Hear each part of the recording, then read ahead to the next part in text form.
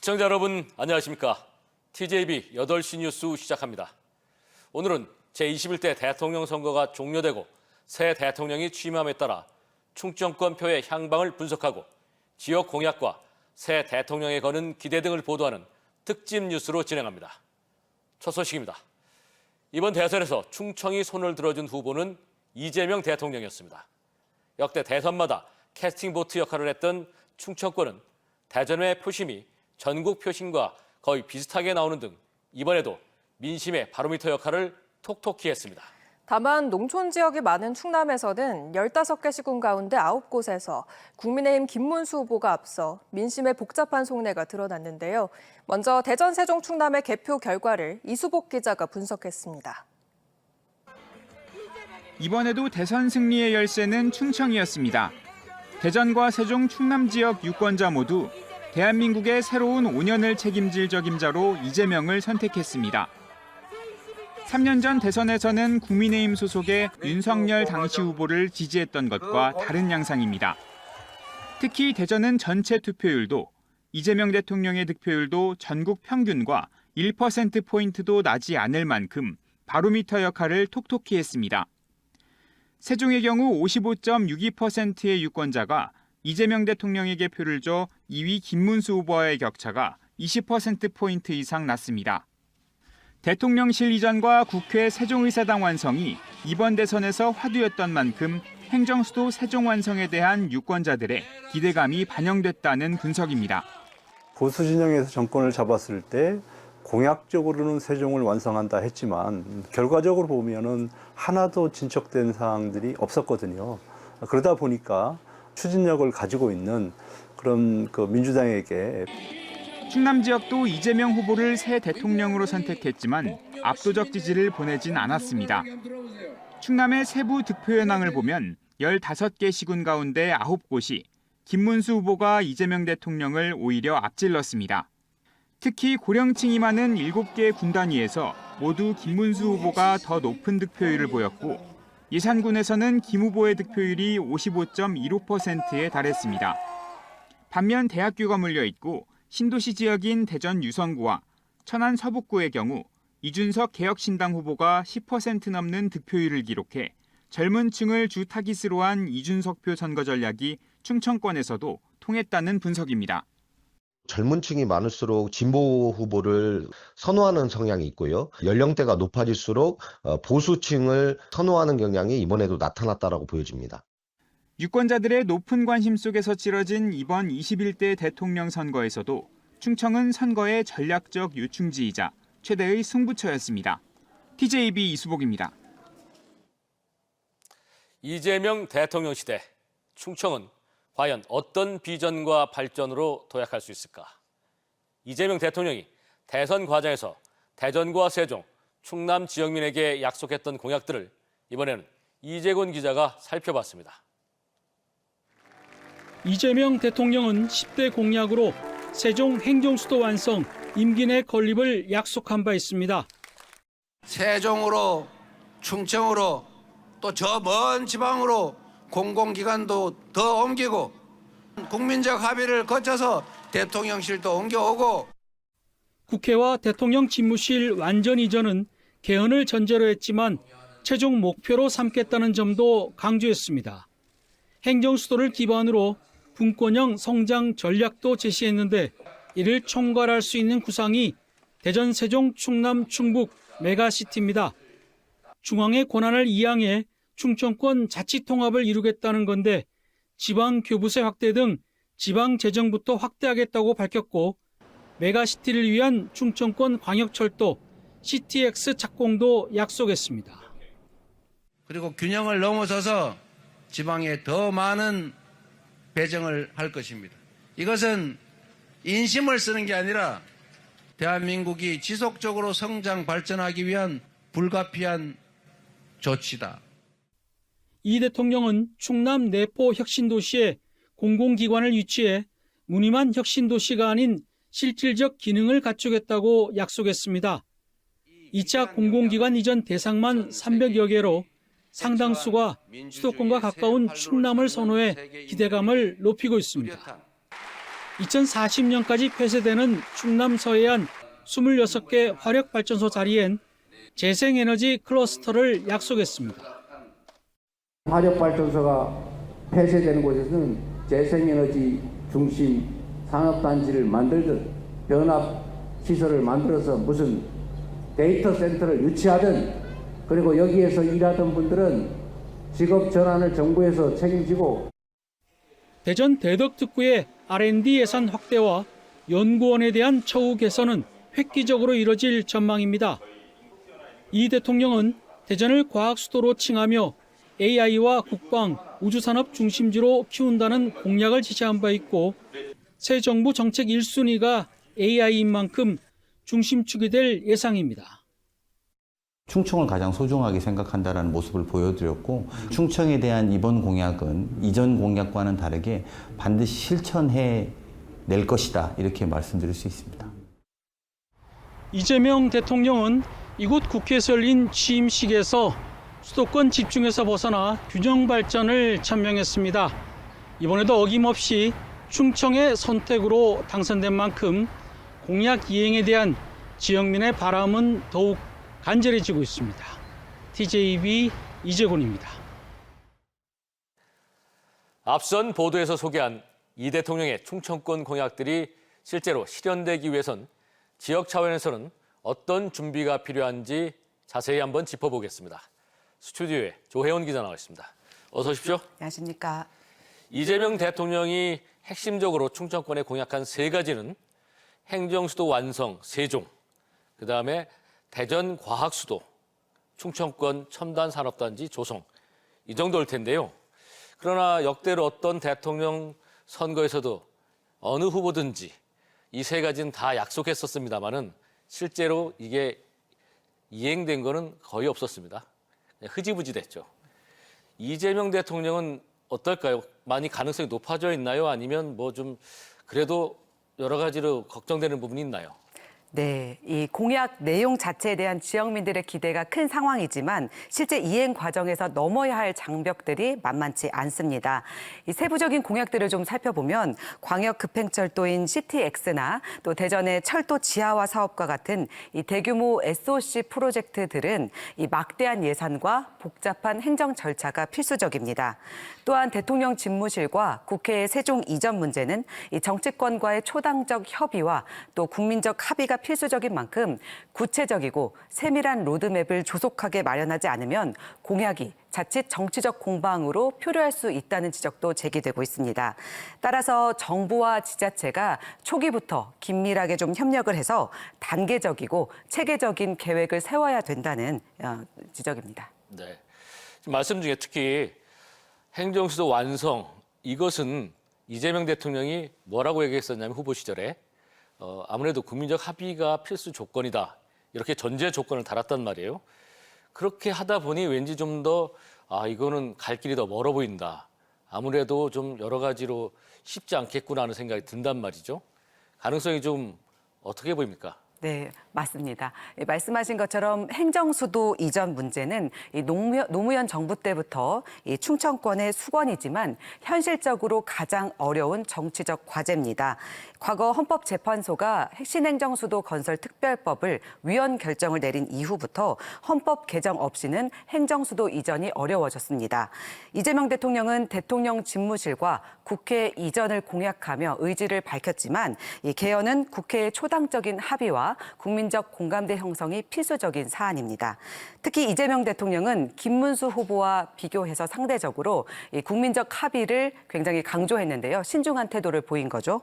그만큼 또 이제 오늘부터 용산 대통령실을 임시로 사용하겠다며 청와대도 이제 향후에 대통령 직무를 위한 공간으로 활용하겠다고 밝힌 점도 대통령실 세종 이전이 단기적으로 이뤄지기는 좀 현실적으로 어려운 게 아닌가라는 분석입니다.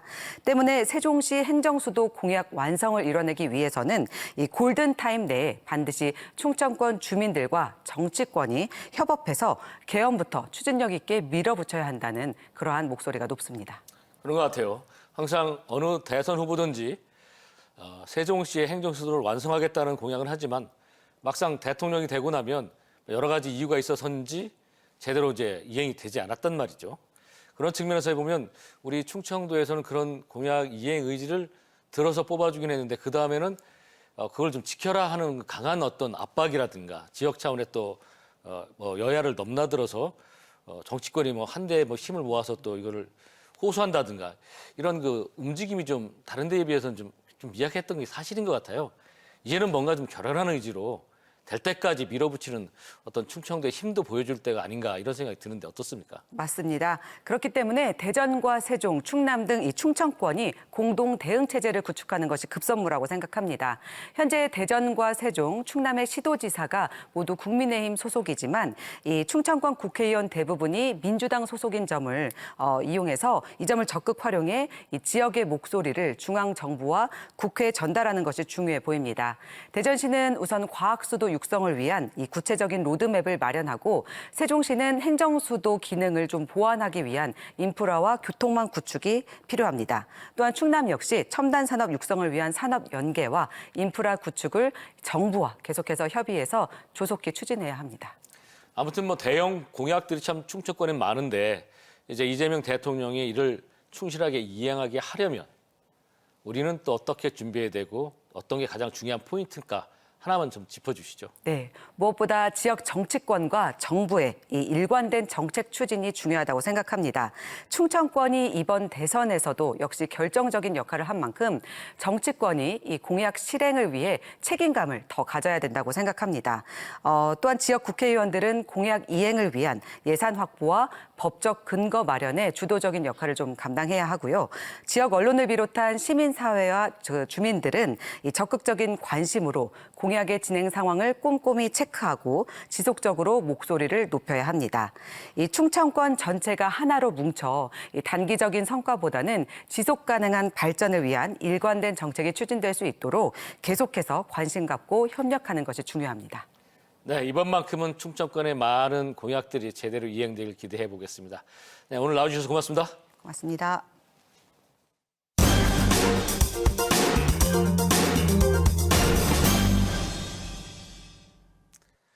이재명 정부 출범으로 약 6개월간 이어진 국정 공백과 정치적 불확실성에 마침표가 찍혔습니다. 경제적으로도 또 외교와 통상까지 어느 하나 쉽지 않은 여정이지만 그만큼 국민들의 기대는 더욱 간절합니다. 이번에는 자영업자부터 취업 준비생, 또 행정수도 완성을 염원하는 세종 시민들까지 지역민들이 이재명 대통령에게 또 새 정부에게 바라고 당부하는 목소리를 김소영 기자가 들어봤습니다. 지역에서 만난 시민들은 하나같이 새 정부가 갈등과 분열을 넘어 화합과 통합의 길로 나아가기를 기대했습니다.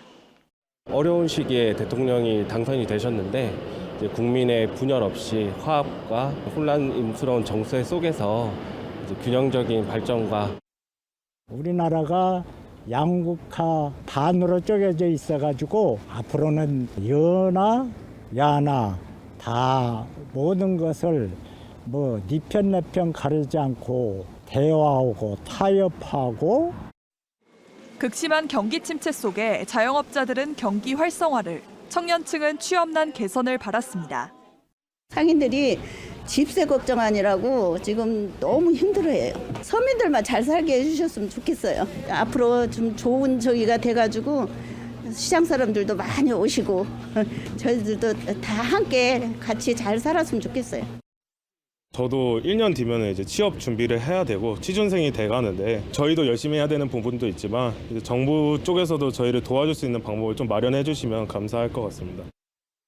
전국에서 세 번째로 높은 투표율을 보인 세종 시민들은 행정수도 완성에 대한 강한 기대감을 드러냈습니다. 제가 서울에서 살다가 이제 세종으로 내려온 지 한 10년 정도 됐는데 10년 동안 세종이 굉장히 많은 발전을 했다고 생각을 해요. 좀 더 발전하는 세종의 모습을 보고 싶습니다. 저마다의 바람은 달랐지만 지역민들은 공통적으로 모두가 하나 되는 나라를 염원했습니다. TJB 김소영입니다.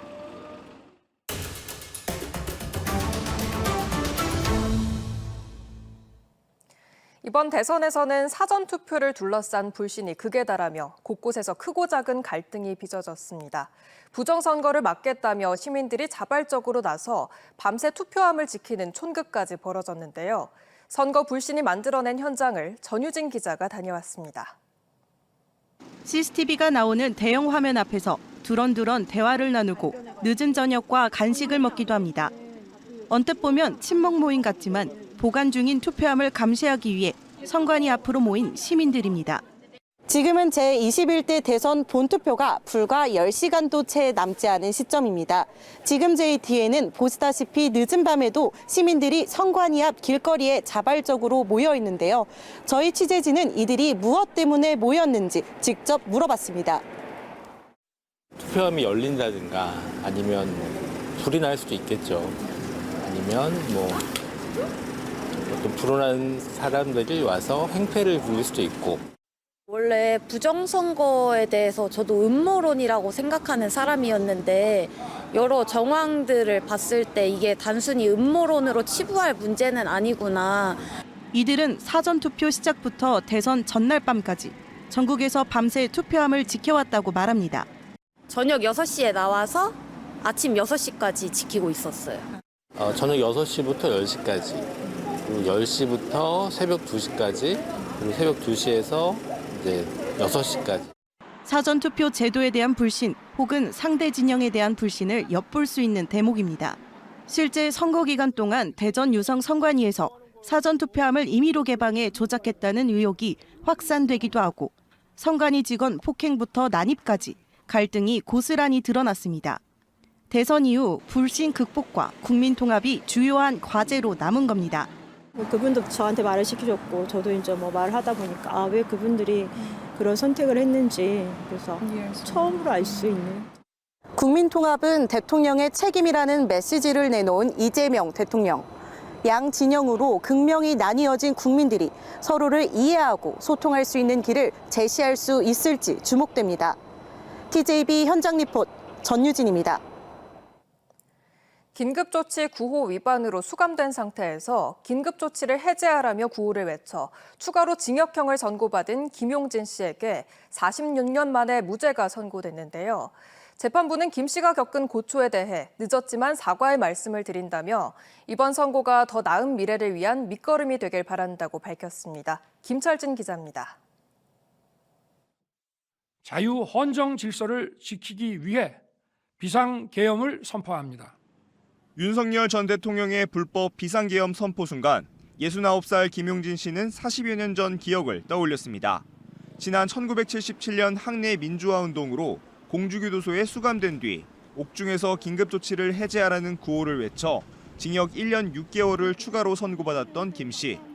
감옥에 있더라도 뭐라도 좀 해야 되지 않겠느냐 하는 그런 생각으로.